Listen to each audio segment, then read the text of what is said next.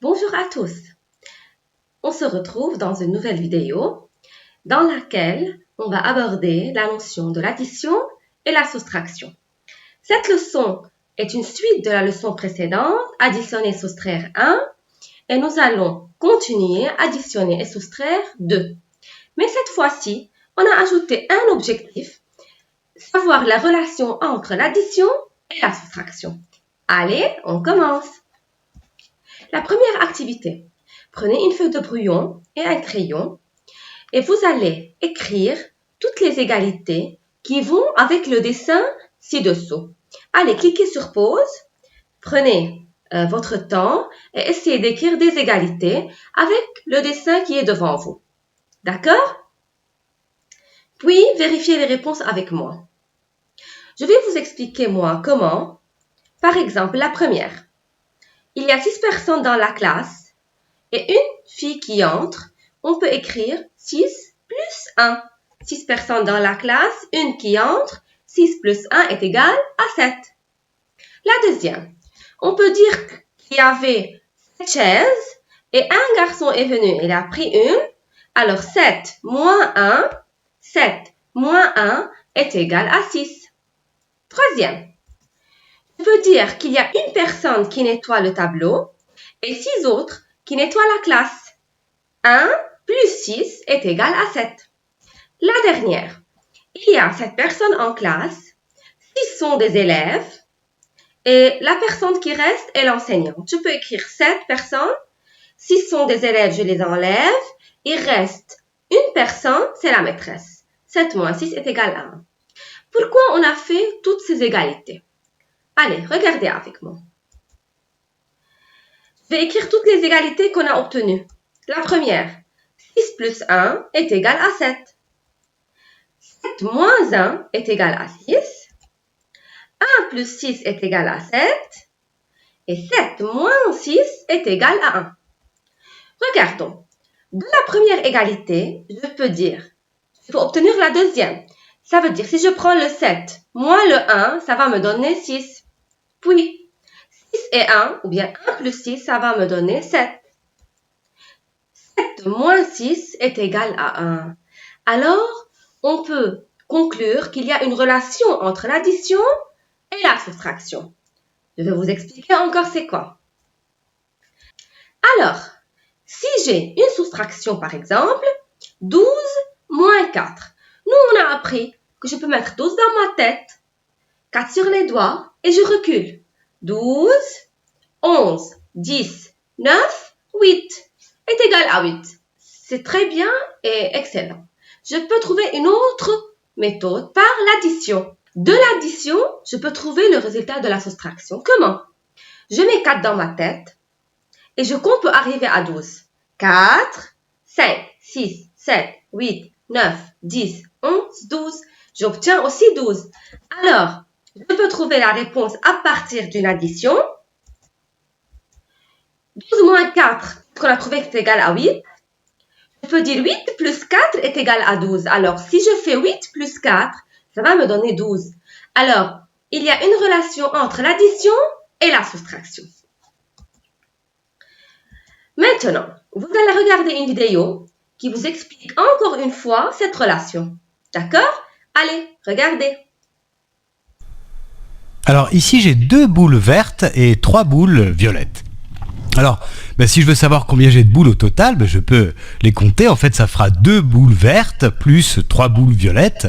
Et donc je peux compter combien j'ai de boules en tout. C'est 1, 2, 3, 4, 5. Donc finalement 2 plus 3 ça fait 5. Parce que ça c'est effectivement, si je compte toutes les boules qui sont ici, il y en a 5. 1, 2, 3, 4, 5. Donc effectivement, 2 plus 3, ça fait 5.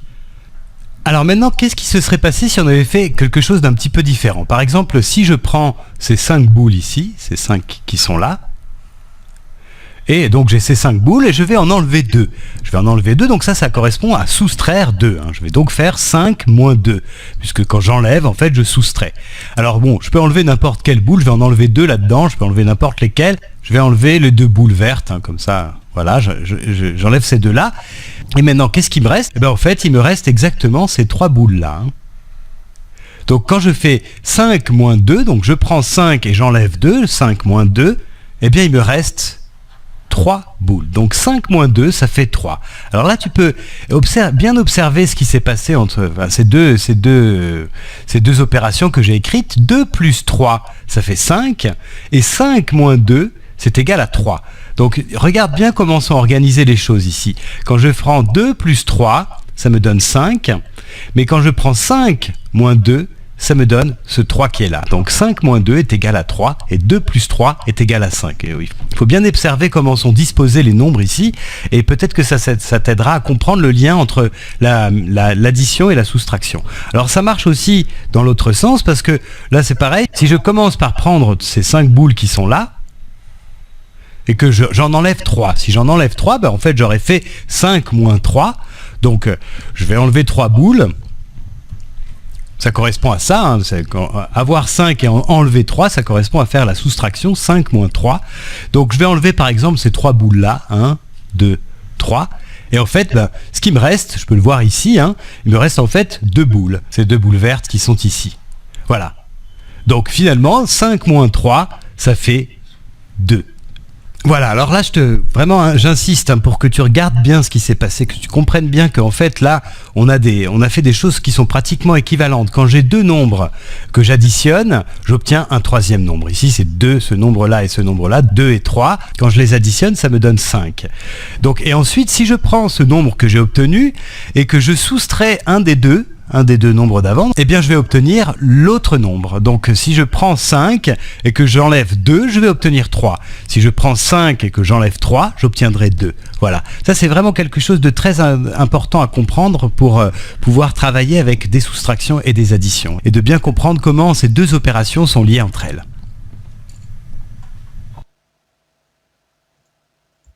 Excellent.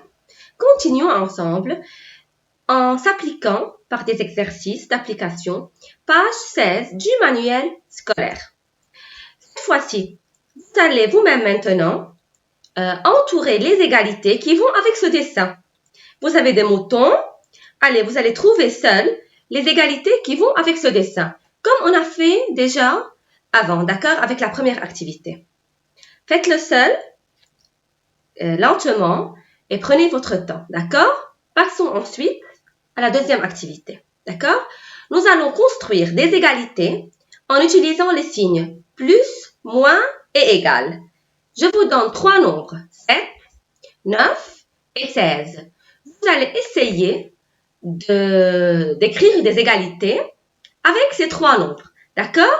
Cliquez sur pause, lentement, et essayez d'écrire les égalités avec ces 3 nombres. Faites dans la tête, sur les doigts, et écrivez les égalités. Je vous donne un peu de temps pour les écrire et revenez chez moi pour les vérifier. On vérifie ensemble. Je peux écrire 7 plus 9 est égal à 16. 9 plus 7 est égal à 16. 16 moins 9 est égal à 7. Et 16 moins 7 est égal à 9. Je peux écrire ces égalités avec l'addition et la soustraction. D'accord? Alors, si je prends, comme vous avez vu dans la vidéo, 7 plus 9 est égal à 16. Si je prends le 16, si j'enlève 7, ça va me donner 9. Puis si j'enlève 9, ça va me donner 7. Alors c'est le lien entre l'addition et la soustraction. Continuons avec des exercices du manuel pour t'entraîner numéro 1. D'accord? Vous voyez un bocal avec des nombres. C'est le jeu des égalités. Alors, il y a des enfants qui ont trié des boules du bocal et ils vont essayer d'écrire des égalités. Qui ne peut pas écrire une égalité? Vous allez écrire son prénom là, après avoir réfléchi, d'accord? Et trouver les égalités que je peux faire avec les boules. Puis vous passez à l'exercice 2. On a déjà travaillé comme cet exercice. Des égalités, des soustractions en ligne, d'accord? Vous pouvez utiliser ou bien la bande numérique, ou bien mettre le grand nombre dans la tête et reculer sur les doigts. Vous choisissez la méthode qui vous plaît. Et vous continuez avec les autres exercices. vous allez entourer les écritures de quelques nombres. Par exemple, numéro 3, entoure les écritures de 30. Pour savoir, je dois faire toutes les opérations. Par exemple, 20 plus 10. Comme on a appris dans les vidéos précédentes, 20 c'est 2 dizaines, 10 c'est une dizaine. 20 c'est 2 dizaines et une dizaine, 3 dizaines font 30. Alors si vous obtenez 30, vous entourez l'étiquette. Numéro 4, écriture de 25. 5, vous allez barrer l'intrus. Vous allez trouver la réponse de chaque étiquette et il y a un intrus parmi eux, vous allez le barrer. 5 et 6, c'est la même consigne. Le 7, vous allez donner de votre choix 6 écritures du nombre 20. Vous allez les choisir, addition et soustraction. Maintenant, passons à faire quelques problèmes. Mais avant de résoudre des problèmes, je veux vous rappeler comment on le résout. La première étape, je lis bien le problème. Deuxième, je comprends la situation. Ça veut dire, je comprends que se passe-t-il dans ce problème. 3, je choisis l'opération convenable. J'utilise le plus, le moins, l'addition ou bien la soustraction. 4, je calcule, j'écris mon égalité. Et 5, n'oublie pas de formuler ou bien d'écrire la phrase réponse. Et faisons deux problèmes ici. Qui a planté le plus grand nombre d'arbres? Vous avez Maya et Rami. Maya dit, j'ai planté 7 mélèzes et 11 sapins. Rami, j'ai planté 12 mélèzes et 3 sapins. Qui a planté le plus grand nombre d'arbres? Pour savoir, il faut écrire l'égalité de chaque enfant. Maya, combien elle a eu en tout? Rami, combien il a eu? Et pour savoir celui qui a eu le plus grand, alors c'est lui qui a planté le plus grand nombre d'arbres. D'accord? Prêt pour ce problème? Vous avez en bas un problème de rime qui a 10 coquillages verts et 4 coquillages oranges. Elle veut faire un collier. Vous allez barrer les colliers qu'elle ne peut pas faire. Alors, vous avez des possibilités. Mais il y a des colliers qu'elle ne peut pas les faire. Alors, vous allez les barrer. Je vous remercie et à très prochainement, j'espère.